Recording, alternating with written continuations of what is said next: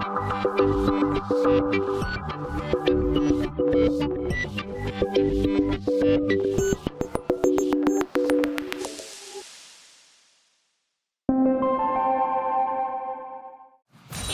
death travels by presents.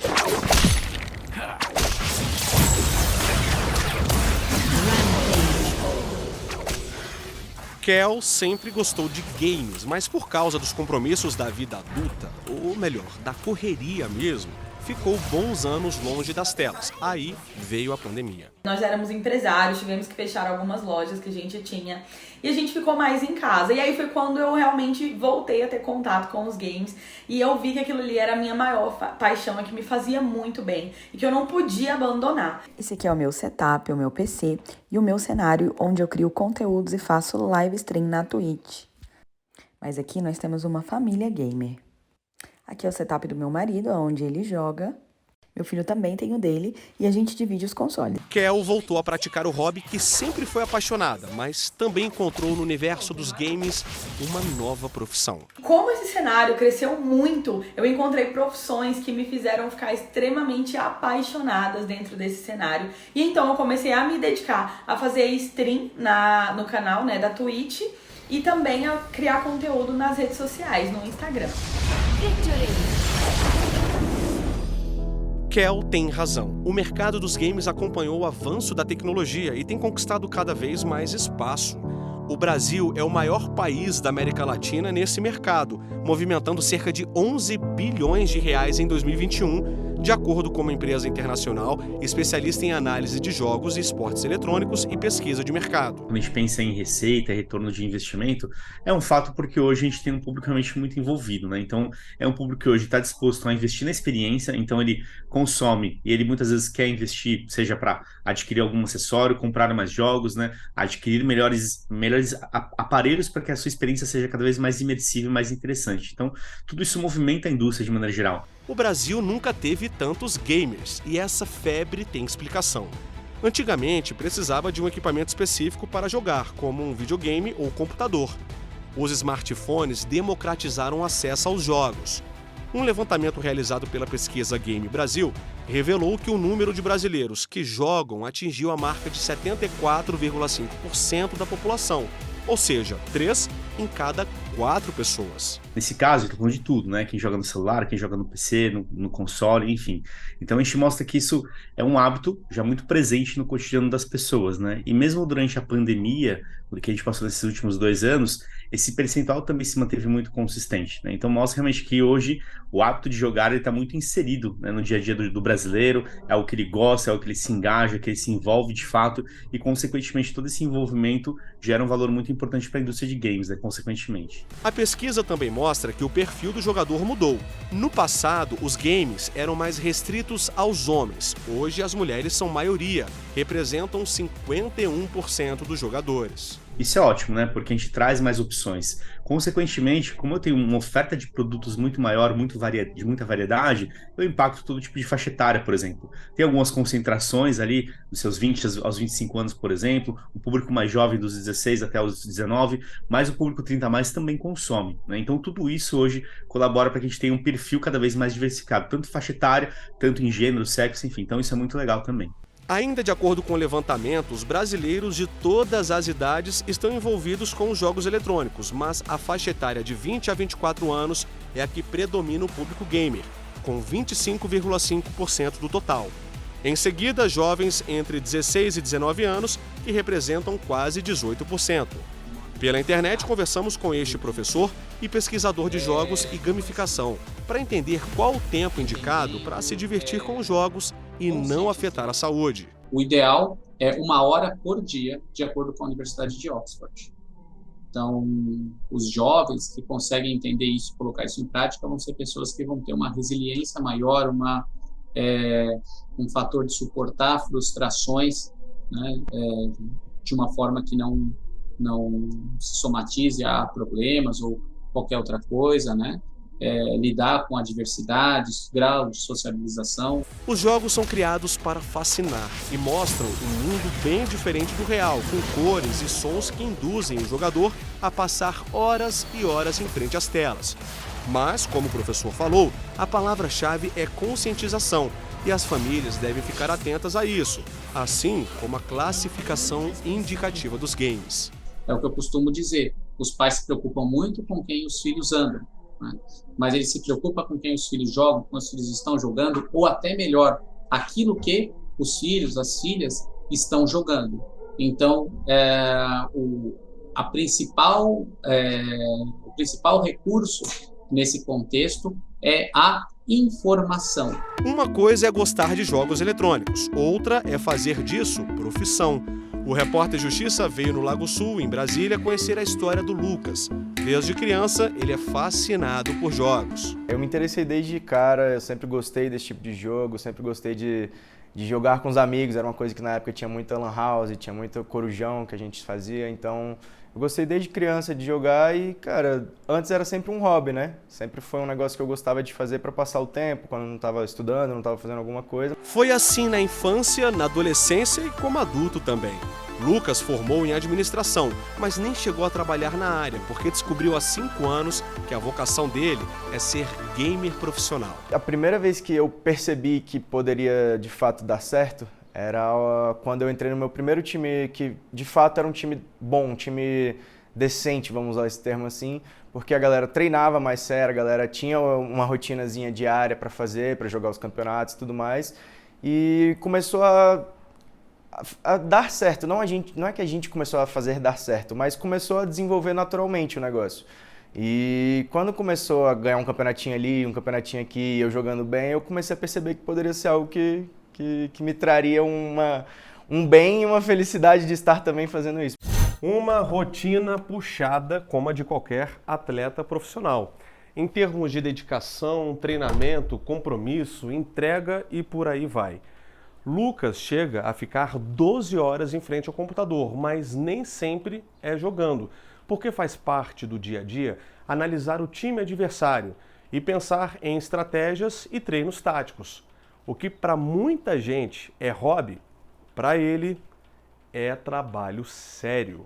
Os jogos eles se tornaram muito mais do que só você entrar e jogar. Você tem a comunicação, você tem a parte tática, você tem a parte do treinamento mental para isso também, porque é uma coisa que a galera acha que não cansa por não estar fazendo exercício físico, mas quando você chega num campeonato, num jogo que está muito pegado, muito difícil, é uma coisa que você fica exausto mentalmente na hora do jogo. Então a gente hoje em dia tem trabalho com psicólogo, tem trabalho com nutricionista, tem trabalho com tudo isso nas organizações que a gente representa, né? Para ser um gamer profissional, é preciso investir em bons equipamentos que ajudam no desempenho do jogo. Computador de última geração conectado à internet, cômodo climatizado. Afinal, é quarto e, mesmo tempo, ambiente de trabalho, onde Lucas passa boa parte do dia concentrado, diferente de quando era mais novo. Até pelo fato do cenário não ser uma coisa tão à mostra, uma coisa tão fácil de entender, aqui em casa mesmo era difícil de jogar, tinha que conciliar com o estudo, então era uma coisa que não era tão simples, não, jogar o dia inteiro. Jogar o dia inteiro não existia, tinha que jogar só dependendo do horário, de tal dia, tal hora, era tudo bem regrado, bem certinho, mas é o normal, não tem como, não é julgar isso, mas escolher de uma forma diferente, é uma coisa difícil de ser aceita, né? Há 3 anos, Lucas foi campeão brasileiro de um jogo competitivo de tiro tático, que deu uma vaga para o Mundial em Berlim, na Alemanha. Com uma carreira consolidada e reconhecimento no mundo do game, ele é referência para muitos jovens. Por ser uma pessoa mais velha nesse meio, a minha idade já é um pouco mais avançada do que um pessoal que vem chegando mais novo jogando agora. Então, essa galera, normalmente eu vi pai, mãe, de vez em quando vindo falar comigo para perguntar, tipo, como que de fato é, porque as crianças que jogaram comigo, por exemplo, tinha um menino com 16 anos que era do meu time. Então, cara, é difícil de ter esse... Quando a pessoa não sabe como é que é esse mundo, para você pegar e deixar o seu filho lá jogado, né, jogado entre aspas, digamos assim, é muito complicado. Então, vem me perguntar, tipo, se isso de fato é uma coisa que pode dar futuro, que pode ter uma carreira, que pode chegar a ser algo bom para a pessoa. E, cara, com certeza hoje em dia está muito evoluído esse cenário. Quem gosta mesmo de jogar, de estar ali, sabe que o foco e a dedicação pode chegar lá. E não saia daí que no próximo bloco a repórter Renata Teodoro mostra como os jogos eletrônicos são desenvolvidos. A gente volta já.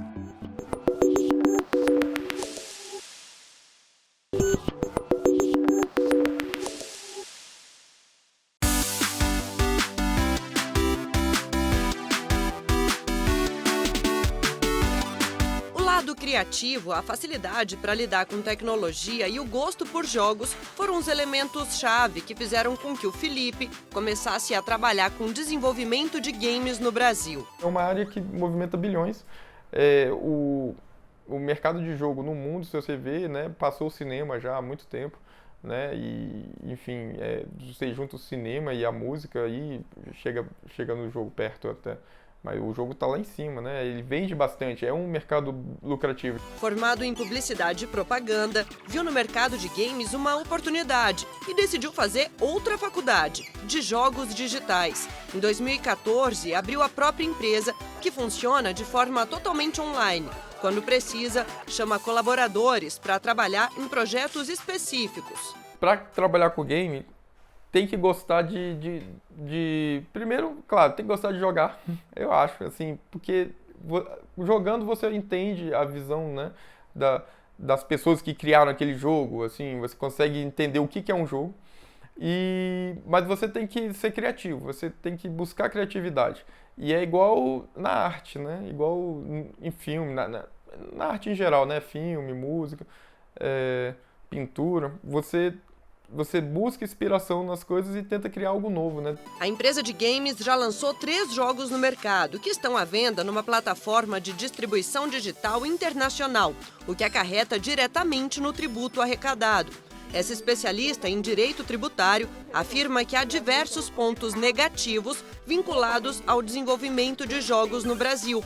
Enumeramos alguns deles nessa arte, que são: o alto custo na importação de equipamentos e kits desenvolvedores de jogos, a adoção de um regime de apuração de impostos inadequada, já que a maioria das empresas opta pelo Simples Nacional e, segundo a especialista, não é o melhor regime para quem desenvolve jogos. E o alto custo tributário nessas operações em que o jogo já está pronto, sendo distribuído e vendido. Mesmo diante das dificuldades, o mercado brasileiro dos games tem conquistado espaço. O Brasil é apontado como o 5º país em número de jogadores. Isso é muito relevante, porque o Brasil, então, é um mercado globalmente relevante. A gente tem mais de 101 milhões de jogadores, tá? Ele é um local em que empresas estrangeiras têm os olhos voltados para o Brasil, por conta desse mercado consumidor. Mas também 2022 é um ano em que o mercado está extremamente aquecido. E não é só o número de jogadores que chama a atenção. A quantidade de estúdios e pessoas que trabalham com o desenvolvimento de jogos também aumentou bastante nos últimos anos. Em 2014, nós tínhamos 150 estúdios. Em 2018, a gente sobe para 400 estúdios. E agora, em 2022, a gente já tem mais de 1.000 estúdios no desenvolvimento de jogos. E a mesma coisa com o número de desenvolvedores, pessoas desenvolvedoras de jogos. Em 2014, nós tínhamos 1.200 pessoas. Isso dobra para 2018, 2.400. E agora a gente tem 12.000 pessoas envolvidas nesse tipo de atividade. Então, assim, é muito relevante. O que significa que o brasileiro ocupa um lugar especial no mercado mundial. O brasileiro, ele consome todos os tipos de game, assim, desde do jogo mais simples, assim, às vezes para criança, como jogos bem interessantes, assim, focados em narrativa e narrativas adultas até, né, com histórias adultas. Uma das inspirações do Felipe na hora de desenvolver jogos é contar histórias brasileiras. Atualmente, o jogo que ele está desenvolvendo chama Memórias Afogadas, em que a narrativa é sobre a construção de Brasília. A história se passa na década de 50, na Vila Amauri, hoje submersa pelo Lago Paranoá. Costumo falar assim que a gente gosta de fazer jogos a gente conta histórias não contadas, né? Que a gente tem várias histórias aí, mas elas não estão sendo contadas. E essa é uma delas, né? A Vila Amauri é algo assim que muita gente até acha que é um mito, né? Nem sabe que existe uma vila debaixo do Lago Paranoá, né? Submersa.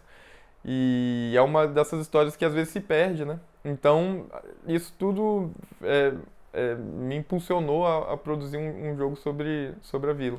Homero é um dos parceiros e amigo do Felipe. Sempre gostou de jogos de RPG, solução de desafios, aventura, mas jogava para se divertir e começou a criar trilhas musicais para os games. Eu tento entender a ideia do jogo, né? Saber se vai ser um jogo mais dinâmico, se vai ser um jogo mais assim de exploração, né? De conhecer a fase e tal, né? Cada fase assim tem às vezes seu ambiente e tudo, né? Eu tento entender qual é o tipo de jogo que vai ser feito e tentar imaginar a trilha sonora que melhor se adapta àquilo dali. Leva um período, né, de tempo até compreender, até eu entender qual é mais ou menos a sonoridade que eu estou buscando ali, mas depois que eu entendo isso, a coisa flui mais rápido, assim, né? Acho que a parte mais difícil é elaborar vamos dizer, o conceito do som, né? Depois que você chega num ponto, fala, cara, é isso, aí a coisa flui um pouco mais. O mercado de games no Brasil, como a gente viu até aqui, tem dado saltos de crescimento no cenário mundial. Ainda assim, o presidente da Associação de Desenvolvedores de Games do Distrito Federal afirma que são vários os desafios a serem vencidos, como o acesso a equipamentos, financiamentos e o próprio preconceito com a profissionalização da área. A gente ainda tem muita dificuldade em lidar com cultura, com a população, com as pessoas, porque o videogame ainda é visto como ou um brinquedo, né, uma coisa de criança, ou então como todas aquelas males, né, que a gente conhece, de que incita violência, de que isso, apesar de hoje estar muito melhor do que, sei lá, 10 anos atrás, 20 anos atrás, a gente ainda sofre ainda com os resquícios desse preconceito.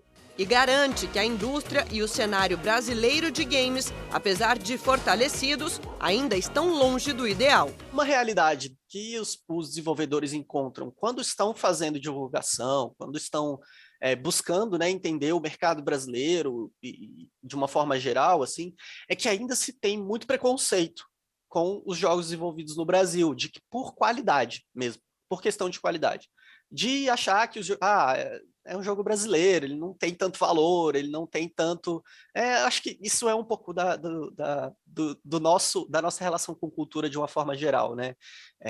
Acho que cinema brasileiro também sofre essa mesma questão, acho que música nem tanto, mas, né, a gente tem esses desafios, né, para sobrepor aí. E você, já conhecia sobre esse universo que é o mundo dos games? E tem muito mais. Já já eu vou mostrar a relação dos jogos com saúde e educação. É daqui a pouquinho, não saia daí.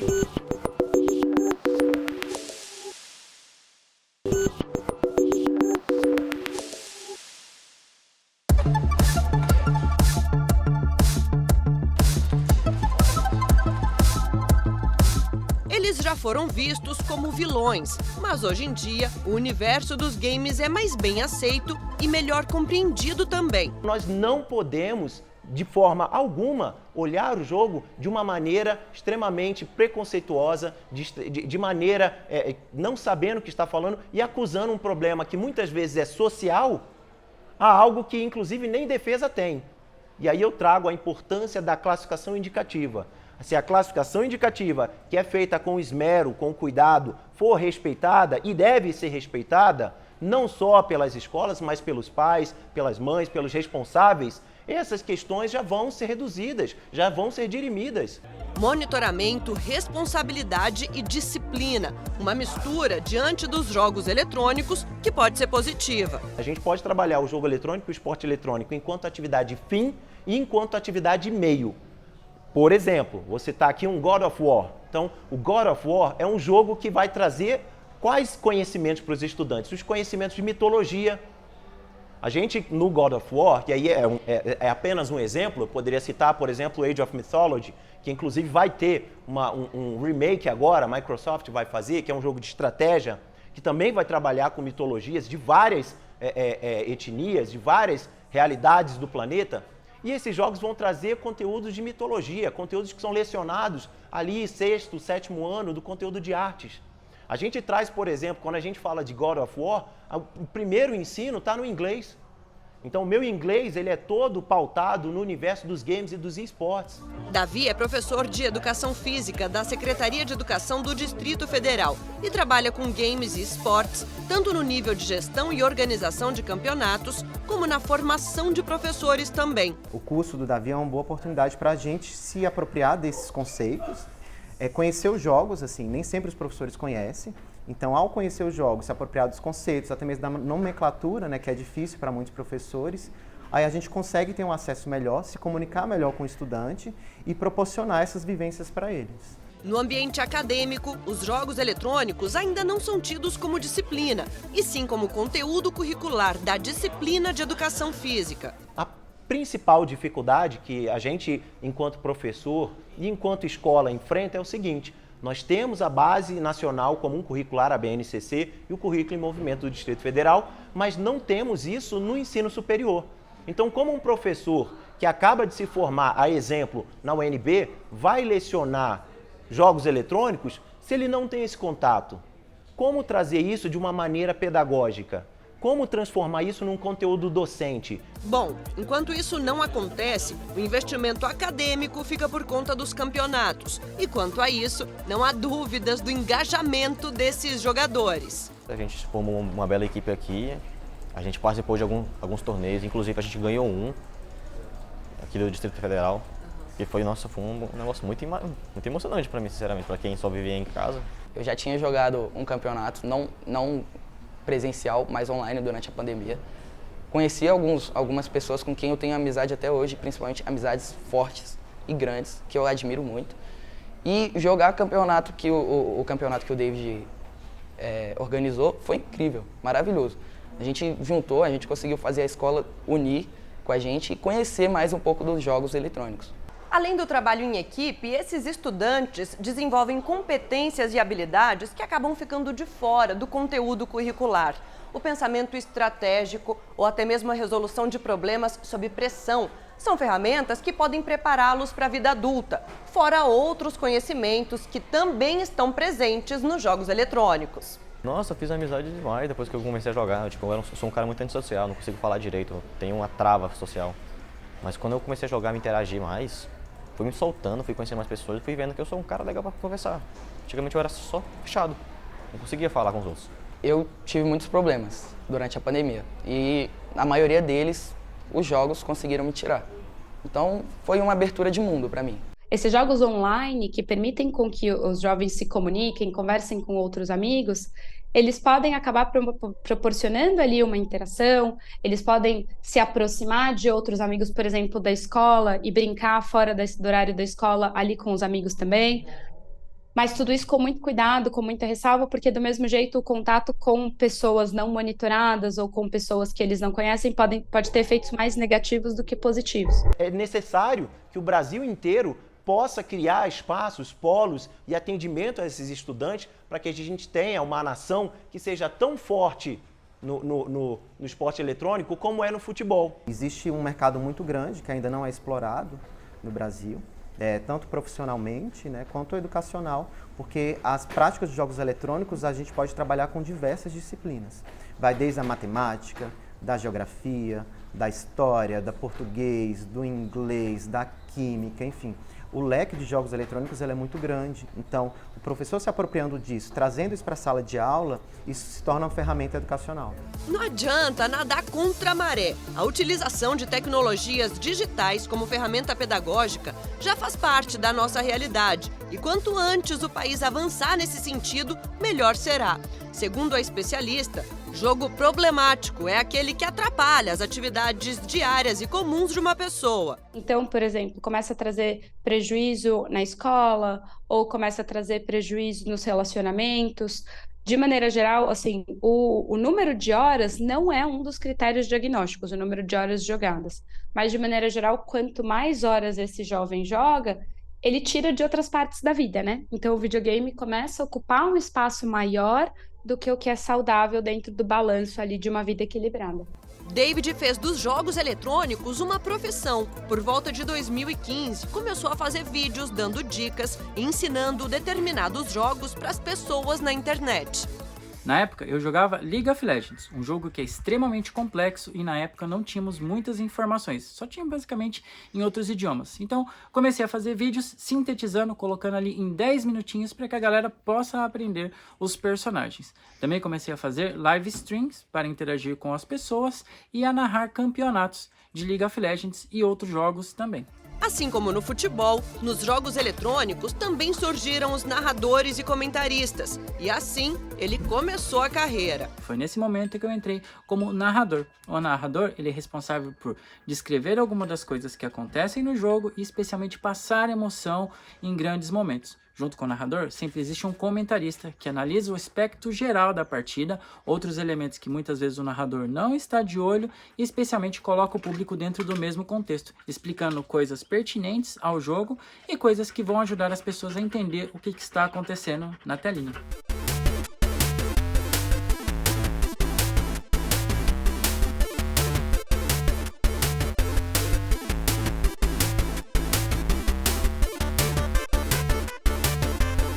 E assim, a gente termina o Repórter Justiça desta semana. E você já segue o nosso perfil no Instagram? É o TV Justiça Oficial. No YouTube, o canal é o mesmo. Se quiser entrar em contato com nossa produção, o e-mail é o repórterjustiça@stf.jus.br. Até a próxima!